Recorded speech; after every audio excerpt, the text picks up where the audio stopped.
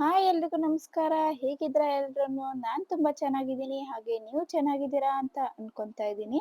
ಹಾಗೆ ಇವತ್ತು ನಾನ್ ಮಾಡ್ತಿರುವಂತ ಸಾಂಬಾರ್ ಬಂದು ಮೊಟ್ಟೆ ಸಾಂಬಾರು. ಇವತ್ತು ನಾನೊಂದ್ ರೀತಿ ಡಿಫ್ರೆಂಟ್ ಆಗಿ ಮೊಟ್ಟೆ ಸಾಂಬಾರ್‌ನ ಟ್ರೈ ಮಾಡ್ತಿದ್ದೀನಿ. ಅದು ಹೆಸರು ಕಾಳನ್ನ ಯೂಸ್ ಮಾಡ್ಕೊಂಡು. ಹಾಗೆ ಇದು ಹೇಗ್ ಮಾಡೋದು ಅಂತ ಅಂದ್ಬಿಟ್ಟು ನಿಮ್ಗೂ ತೋರಿಸ್ಕೊಡ್ತೀನಿ. ಟೇಸ್ಟ್ ಅಂತೂ ತುಂಬಾನೇ ಚೆನ್ನಾಗಿತ್ತು.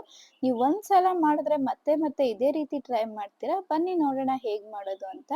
ಮೊದಲಿಗೆ ಒಂದು ಬಾಣಲಿಗೆ 2 ಟೇಬಲ್ ಸ್ಪೂನ್ ಎಣ್ಣೆ ಹಾಕ್ಕೊಂಡು, 1 ಈರುಳ್ಳಿ, 1 ಟೊಮೊಟೊ ಹಾಗೆ ಶುಂಠಿ ಬೆಳ್ಳುಳ್ಳಿನ ಸೇರಿಸ್ಕೊಂಡು ಇದನ್ನ ಚೆನ್ನಾಗಿ ಫ್ರೈ ಮಾಡ್ಕೊತಾ ಇದ್ದೀನಿ.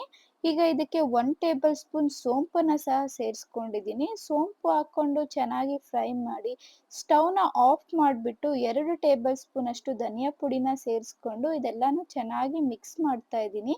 ಇದೆಲ್ಲ ತಣ್ಣಗಾದ್ಮೇಲೆ ಒಂದು ಮಿಕ್ಸಿ ಜಾರ್‌ಗೆ ಕೊತ್ತಂಬರಿ ಸೊಪ್ಪನ್ನ ಸೇರಿಸ್ಕೊಂಡು ಹಾಗೆ ಫ್ರೈ ಮಾಡಿಟ್ಟಿರುವಂತಹ ಮಸಾಲೆನ ಸೇರಿಸ್ಕೊಂತಾ ಇದ್ದೀನಿ. ನೀವು ಇದಕ್ಕೆ ಬೇಕಿದ್ರೆ ಹಸಿ ಕೊಬ್ಬರಿನೂ ಸಹ ಸೇರಿಸ್ಕೋಬೋದು. ನಿಮಗೆ ಮಸಾಲೆ ಏನಾದ್ರು ಜಾಸ್ತಿ ಬೇಕು ಅಂತಂದ್ರೆ ನಾನಿಲ್ಲಿ ಸೇರಿಸ್ಕೊಂಡಿಲ್ಲ, ಬರೀ ಹಾಗೆ ಹಾಕ್ಕೊಂಡಿದ್ದೀನಿ. ನೋಡಿ ಈ ರೀತಿ ಪೇಸ್ಟ್ ಮಾಡ್ಕೊಂಡಿದ್ದೀನಿ. ಈಗ ಒಂದು ಕಡಾಯಿಗೆ 2 ಟೇಬಲ್ ಸ್ಪೂನ್ ಎಣ್ಣೆನ ಹಾಕ್ಕೊಂಡು, 1 ಈರುಳ್ಳಿ ಹಾಗೆ ಕರಿಬೇವಿನ ಸೊಪ್ಪನ್ನ ಸೇರಿಸ್ಕೊಂತಾ ಇದ್ದೀನಿ. ಈರುಳ್ಳಿ ಎಲ್ಲ ಚೆನ್ನಾಗಿ ಕಲರ್ ಚೇಂಜ್ ಆಗೋವರೆಗೂ ಫ್ರೈ ಮಾಡಿ, ಈಗ ಇದಕ್ಕೆ ನಾನು ಖಾರಕ್ಕೆ ತಕ್ಕಷ್ಟು 1 ಟೇಬಲ್ ಸ್ಪೂನ್ ಖಾರದ ಪುಡಿನ ಹಾಕ್ಕೊಂಡು ಫ್ರೈ ಮಾಡ್ಕೊತಾ ಇದ್ದೀನಿ. ನಿಮಗೆ ಖಾರದ ಪುಡಿ ಬೇಡ ನನಗೆ ಗ್ರೀನ್ ಕಲರ್ ಬೇಕು ಅನ್ನೋ ಹಾಗಿದ್ರೆ, ನೀವು ಫ್ರೈ ಮಾಡ್ಬೇಕಾದ್ರೆ ಹಸಿಮೆಣಸಿನಕಾಯಿನ ಸಹ ಸೇರಿಸ್ಕೊಬೋದು. ತುಂಬಾ ಚೆನ್ನಾಗಿರುತ್ತೆ ಟೇಸ್ಟು. ಬಟ್ ನಾನಿಲ್ಲಿ ಸ್ವಲ್ಪ ಕಲರ್‌ಗೋಸ್ಕರ ಖಾರದ ಪುಡಿನ ಯೂಸ್ ಮಾಡಿದ್ದೀನಿ. ಈಗ ಇದನ್ನ ಚೆನ್ನಾಗಿ ಮಿಕ್ಸ್ ಮಾಡಿ ನೀವು ಹಸಿ ಸ್ಮೆಲ್ ಎಲ್ಲ ಹೋಗ್ಬೇಕು ಅಲ್ಲಿವರೆಗೂ ಚೆನ್ನಾಗಿ ಫ್ರೈ ಮಾಡ್ಬೇಕು. ಈಗ ಇದಕ್ಕೆ ನಾನು 1 ಟೇಬಲ್ ಸ್ಪೂನ್ ಅಷ್ಟು ಕಸ್ತೂರಿ ಮೇಥಿನ ಸೇರಿಸ್ಕೊಂತಿದ್ದೀನಿ. ಆಪ್ಷನಲ್ಲು ಇದ್ರೆ ಹಾಕ್ಕೊಳ್ಳಿ, ಇಲ್ಲ ಅಂತಂದ್ರೆ ಬೇಡ. ಬಟ್ ಹಾಕ್ಕೊಂಡ್ರೆ ಟೇಸ್ಟ್ ಅಂತೂ ತುಂಬಾನೇ ಚೆನ್ನಾಗಿರುತ್ತೆ. ಈಗ ನಾನು ಇದಕ್ಕೆ ಬೇಯಿಸಿಟ್ಟಿರುವಂತ ಹೆಸರು ಕಾಳನ್ನ ಸೇರಿಸ್ಕೊಂತಾ ಇದ್ದೀನಿ. ನೀವಿಲ್ಲಿ ಹೆಸರು ಕಾಳ ಬದಲು ಹೆಸರು ಬೇಳೆನೂ ಸಹ ಸೇರಿಸ್ಕೋಬೋದು.